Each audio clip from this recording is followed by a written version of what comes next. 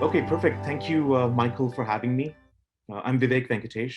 I am a professor of inclusive practices in visual arts at the Faculty of Fine Arts at Concordia University. I also hold the UNESCO co-chair in the prevention of radicalization and violent extremism. And as part of that chair, I run its public pedagogical arm, which is called Project Someone.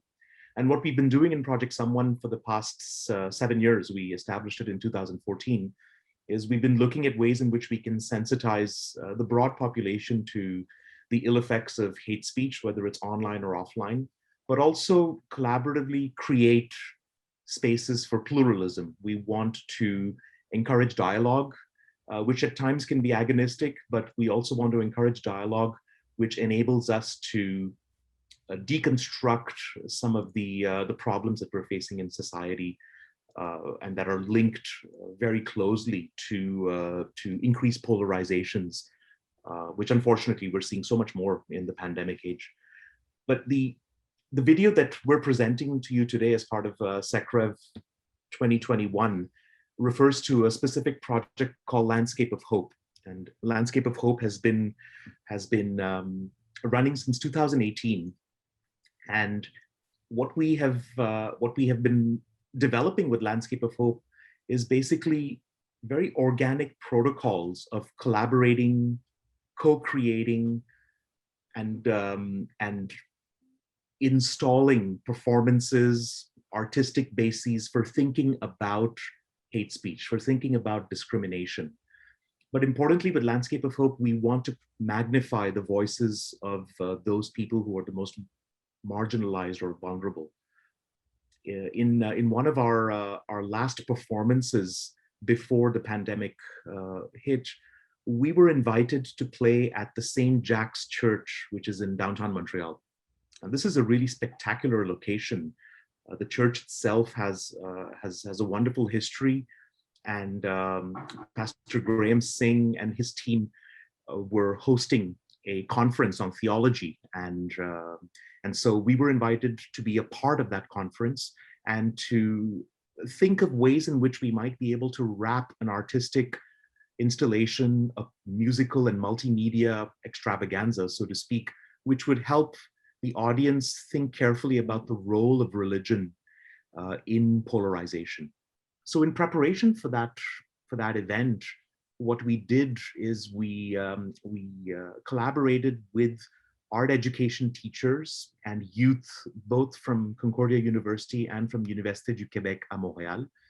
We wanted to ensure that we were able to represent a diverse group of youth, and we basically gave these youth prompts. We asked them about, what does hate look like? What does hope look like in an era of religious extremism, in an era of polarizations that are fed by some of the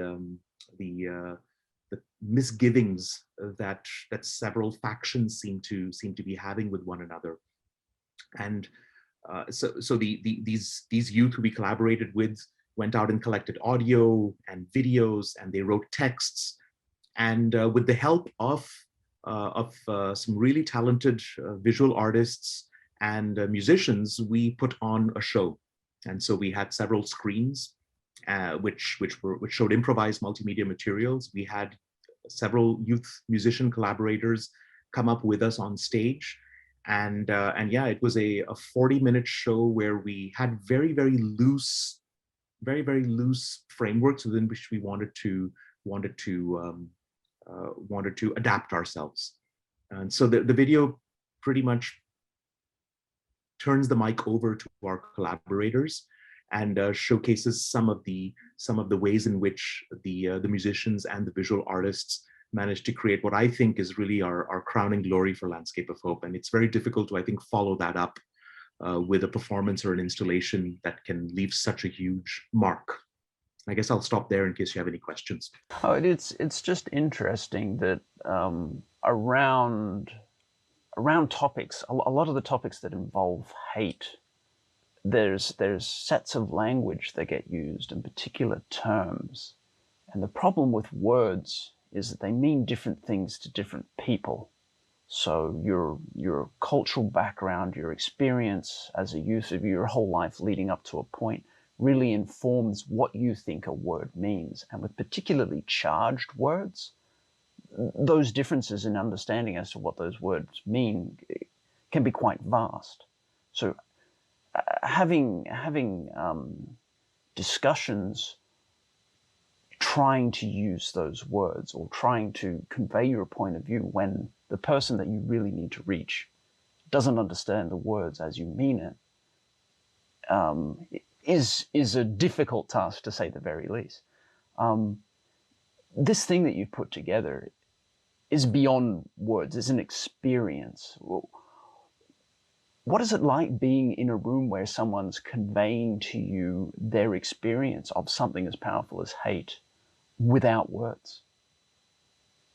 Thank you so much for that question, Michael. It's I think what you're pointing to is ways in which we have designed Landscape of Hope, especially, to be very similar to its sister project, Landscape of Hate. We want to provoke, we want to titillate, and it's important for us to create the spaces where we keep the time to reflect and to think carefully about the materials that are being presented to us. So both Landscape of Hate, which is the older project, and we now think of Landscape of Hate solely as an artistic venue. And so we perform as a band at festivals. We've recorded an album as well. But Landscape of Hope, in a certain sense, allows us as musicians, as visual artists, to take a step back, but to also be able to think carefully about the power of reflection and the power of what it means to sequence these media bit by bit, and force upon the audience a particular point of view. You know, when we work with collaborators on Landscape of Hope, we use a mobile app that we've designed called Plural. And to put it quite simply, Plural is like a combination of, I guess, Twitter and Instagram and Facebook, except that the three things that one relies on in social media, we've completely taken away from Plural. You can't like, you can't comment, and you can't share. All you can do is post. And because we ask people, we give them a few, I guess, a few leading questions, and we ask them to respond using Plural. We've heard a lot of feedback from our collaborators who say, well, I'm always looking for a way to react to something that someone's already posted there. I'm constantly looking for that like or, you know, the share button, and I can't do that. So I'm thinking much more carefully about what I'm going to post as a reaction, because I need to provide some context. And you know, what surprises a lot of people is when we take these media and we remix them. So using a word, you know, the N word, using words that are used to put down others, when they're sequenced in a particular way, people say, wait a minute, that's not what I intended with that, but look at what's happened when I've sort of given myself over to a gang, a mass on social media who are, you know, purposefully changing the way I've thought about this. You know, what does that teach me about responsibility? What does that teach technology companies about the rights and responsibilities they have in terms of promoting their technological tools as ways to bring people together, when in fact we know this is you know, a neoliberal, a capitalist, an accelerationist way of thinking of producing money. So I think we want to provoke those kinds of discussions, but we also want to allow vulnerable communities to be given literally and figuratively a platform where they can talk about the messages that they would like the broader population to think of. You know, with Landscape of Hate, we performed just in the lead up to Bill 21 being approved as a law in Quebec, and it was very important for Landscape of Hate to make a statement when we have a public performance. And so we did so, and it was important as well for us to take opportunity of the media that were present at our performance. This was in June of 2019, if I'm not mistaken, to state that the law that was being proposed was discriminatory and why it was discriminatory. so those are some of the privileges I have as an academic, as an artist. But do other populations have that kind of privilege? How can we make sure that we give them that kind of position to speak about the injustices that they're facing? And this is what Landscape of Hope attempts to do. And so this, this is, I guess, a way for us to also contribute to the broader discussions around how important it is to seek to take a step back, to be reflexive, to be reflective about our own understandings of these polarizing issues. And we won't get into a discussion around the freedom to wear or not wear something covering your face, particularly in a pandemic environment. It is rather ironic, you're right. Rough waters lie ahead in that direction. I wanted to ask, you have a lot of wonderful younger people involved in this project and working together. And one of the sort of traditions or habits of people like myself from an older generation is to look at younger generations, label them, and then attribute them with a sort of a laissez-faire attitude, or that they don't care, that they're not trying, not in the same way that we did. How is it to work with these people and experience hope through their eyes and their expressions? It's so humbling, actually, Michael. It's really humbling. And I think it also brings very much to the fore the importance of allowing for us to work through our mistakes, right? Both as adults and as youth. One of the things we're learning with Landscape of Hope as well is that people change their minds. You know, the youth with whom we're working with come in with certain preconceptions. I go into these discussions to listen to them, to talk about my own experiences with several preconceptions and assumptions that I may have, some of which are borne out by, let's say, facts, and others are opinions that are formulated because of personal experiences that we've had.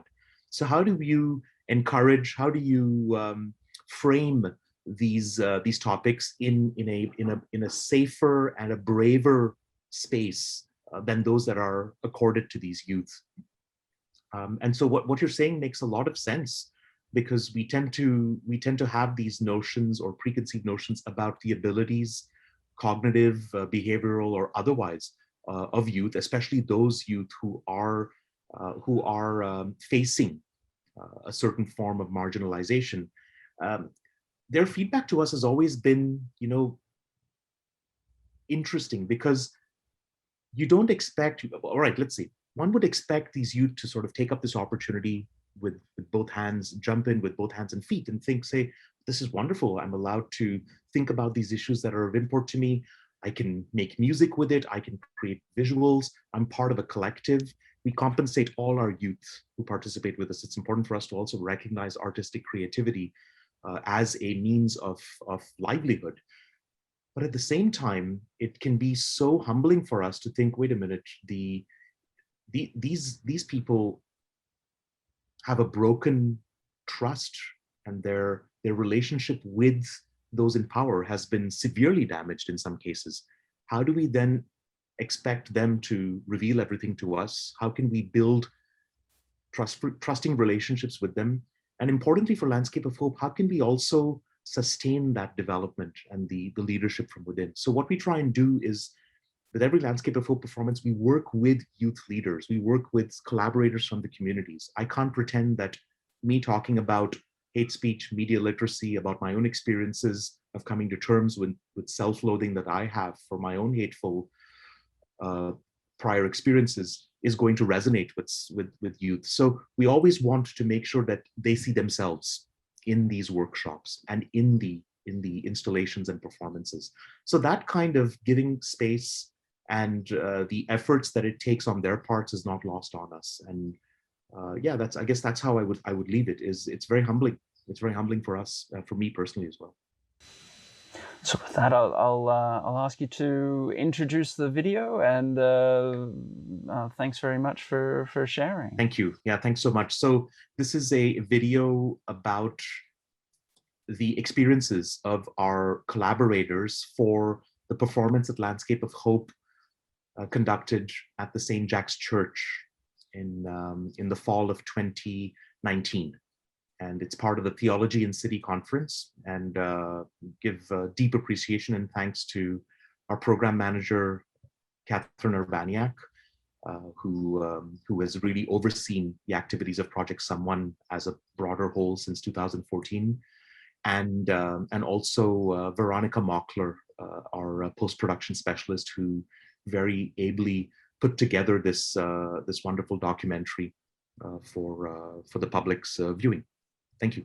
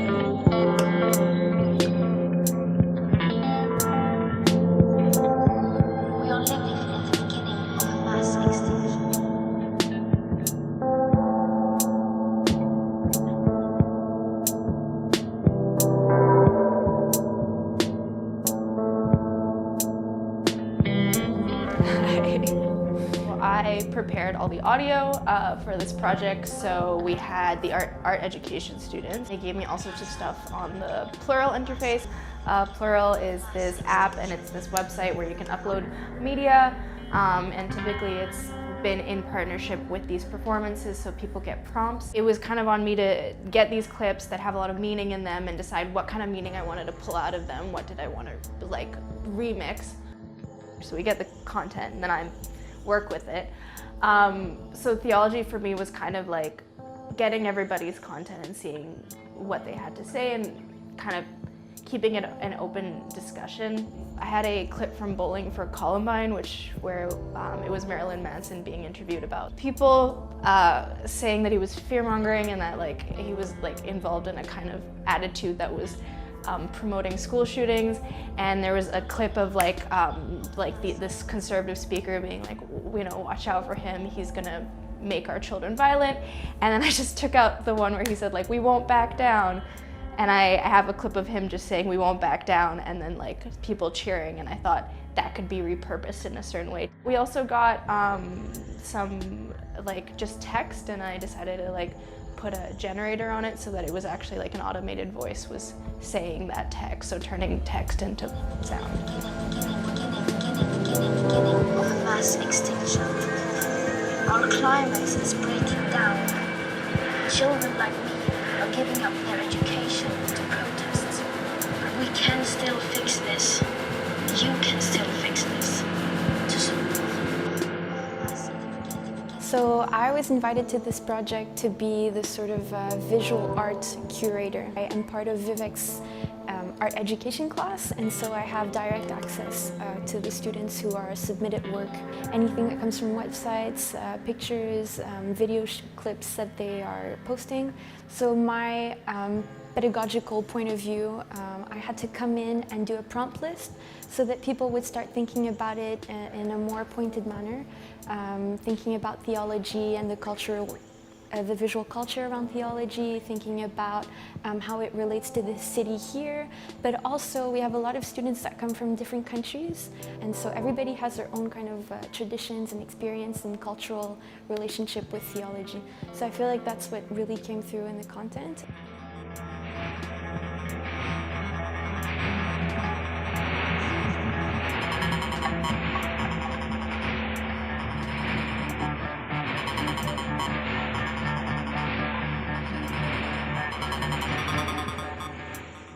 Donc, mon nom est Martin Lalonde, je suis professeur à l'École des arts visuels et médiatiques à l'Université du Québec à Montréal. Je suis spécialisé en didactique des arts médiatiques auprès des adolescents et en pédagogie innovante. J'œuvre dans le collectif Landscape of Hope, Paysage de l'espoir, à titre de vidéaste et à titre de collaborateur au niveau des visuels. Dans le cadre de la présente édition de Landscape of Hope, on a fait un workshop, on a fait un atelier avec mes étudiants d'un cours de didactique des arts médiatiques, encore une fois auprès des adolescents. Et avec eux, on leur a proposé finalement d'avoir une discussion sur le concept d'espoir, sur le concept de sentiment religieux, mais à travers l'échange de contenu médiatique. Donc, avec le groupe d'étudiants, on s'est penché sur le sentiment religieux au 21e siècle. On s'est penché sur le sentiment d'espoir. Qu'est-ce qui, chez eux, suscitait ce sentiment-là, plus particulièrement, plus précisément, et comment est-ce qu'ils l'envisageaient formellement dans le cadre d'une performance. J'ai été surpris de voir comment toute l'iconographie religieuse était parfois complètement absente de leur réflexion. Donc pour eux, différents types de contenus qu'on retrouve dans la culture de l'image sur Internet étaient pour eux beaucoup plus synonymes d'une certaine forme d'intimité ou de croyance ou de sentiment de spiritualité que l'iconographie liée au culte religieux. Tous les contenus qui touchent la nature, évidemment, l'environnement, sont des contenus qui reviennent beaucoup. Le sentiment de connexion se manifeste vraiment à travers le contact avec la nature, avec des formes animales, avec d'autres formes de vie. Donc, du coup, toutes les représentations de ces phénomènes-là, ou de ces organismes-là, deviennent pour eux des synonymes de manifestation de l'espoir.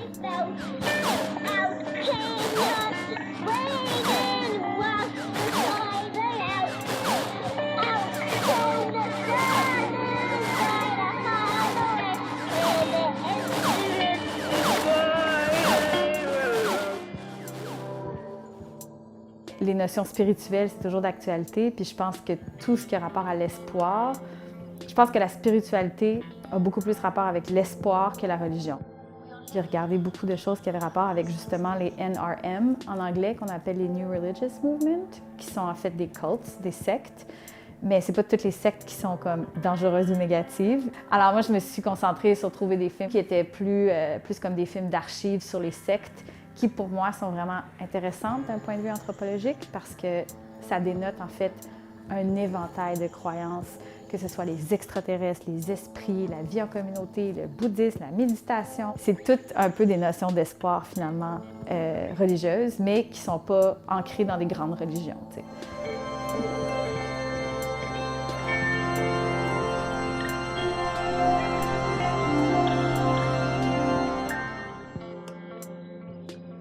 Je viens d'une famille assez religieuse. Je suis née en Amérique latine, donc toute mon enfance, j'étais à l'église. Pour moi, c'est un lieu qui est sacré, je pourrais dire. Même si dès que je suis arrivée au Québec, ma religion, mes croyances ont changé légèrement. Le thème de spiritualité, pour moi, ça a tout de suite sonné à ma famille, la croyance et les religions. Donc, j'ai décidé de prendre des photos moi-même personnelles. Je me suis rendue à la maison de ma mère. Puis ma mère a beaucoup de statuettes, puis beaucoup d'images. Donc j'ai pris une quinzaine d'images. Puis pour les vidéos, j'ai pris le pèlerinage en Amérique du Sud. Puis j'ai voulu faire comme les différences entre les deux cultures.